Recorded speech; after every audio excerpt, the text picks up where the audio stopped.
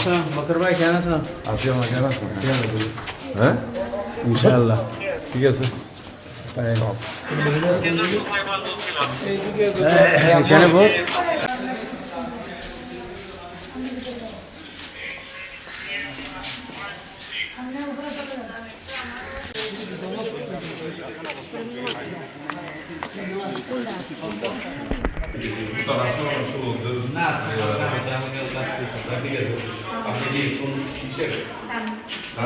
আপনি কি দামাত হ্যাঁ পরিবর্তন একটু চেঞ্জ বলার স্টাইল শোনার স্টাইল সব কিছু পরিবর্তন হবে এই এটা আপনি দেখছিলেন লক নাম্বার গুলো নিছেন দেখছেন দেখি দেখা আমাকে লক নাম্বার গুলো ঠিক আছে এটা কি কেন্দ্র জি আসসালামু আলাইকুম আসসালামু আলাইকুম আমি সামনে শিখি ইয়ে এজেন্ট চিফ এজেন্ট আসসালামু আলাইকুম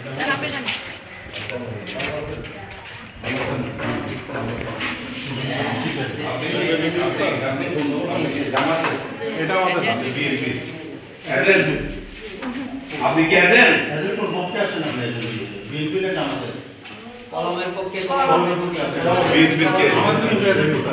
আপনি এই যে ভোটার বাক্সটা লিখছিলেন খোলার আগে ওইটা লক নাম্বার গুলো নিছেন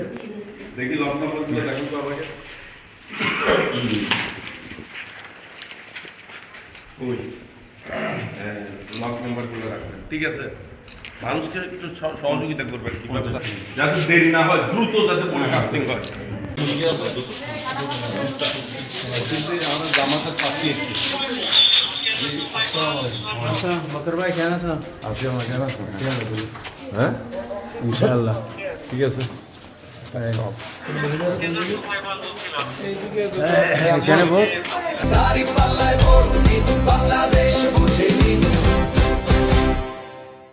কেন কেন জড়িয়ে ধরবো? কেন জড়িয়ে ধরবো? বার্তা থাকবে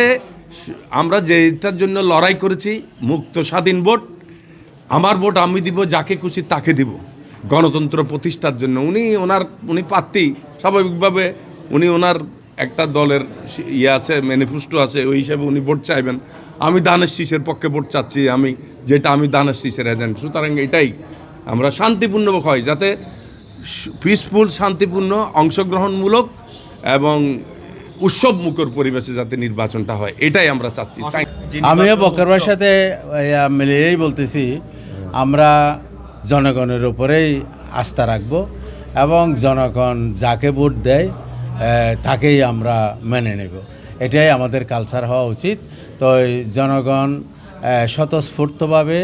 বিনা প্ররোচনা বিনা বাধায় অবাধ সুষ্ঠুভাবে যাতে ভোটাধিকার প্রয়োগ করতে পারে আর আমরাও চাই যে জনগণের এটা একটা নাগরিক অধিকার এবং এটা জনগণের দায়িত্বও নাগরিকের দায়িত্বও ভোটাধিকার প্রয়োগ করা তো আমরা জনরায়ের প্রতি আস্থা রাখি এবং আমরা আহ্বান জানাবো সবাই আমরা শান্তিপূর্ণভাবে আগে যে নির্বাচনের কালচার ছিল না সেখান থেকে আমরা বেরিয়ে এসে মানে সুষ্ঠু অবাধ নিরপেক্ষ নির্বাচনের মাধ্যমে আমরা আমাদের জনপ্রতিনিধি নির্বাচন করব আমরা সেটাই এই কালচারটাকে এই গণতন্ত্রকেই আমরা প্রতিষ্ঠা করতে চাই সবাই একসাথে যে জিতুক আমরা একসাথে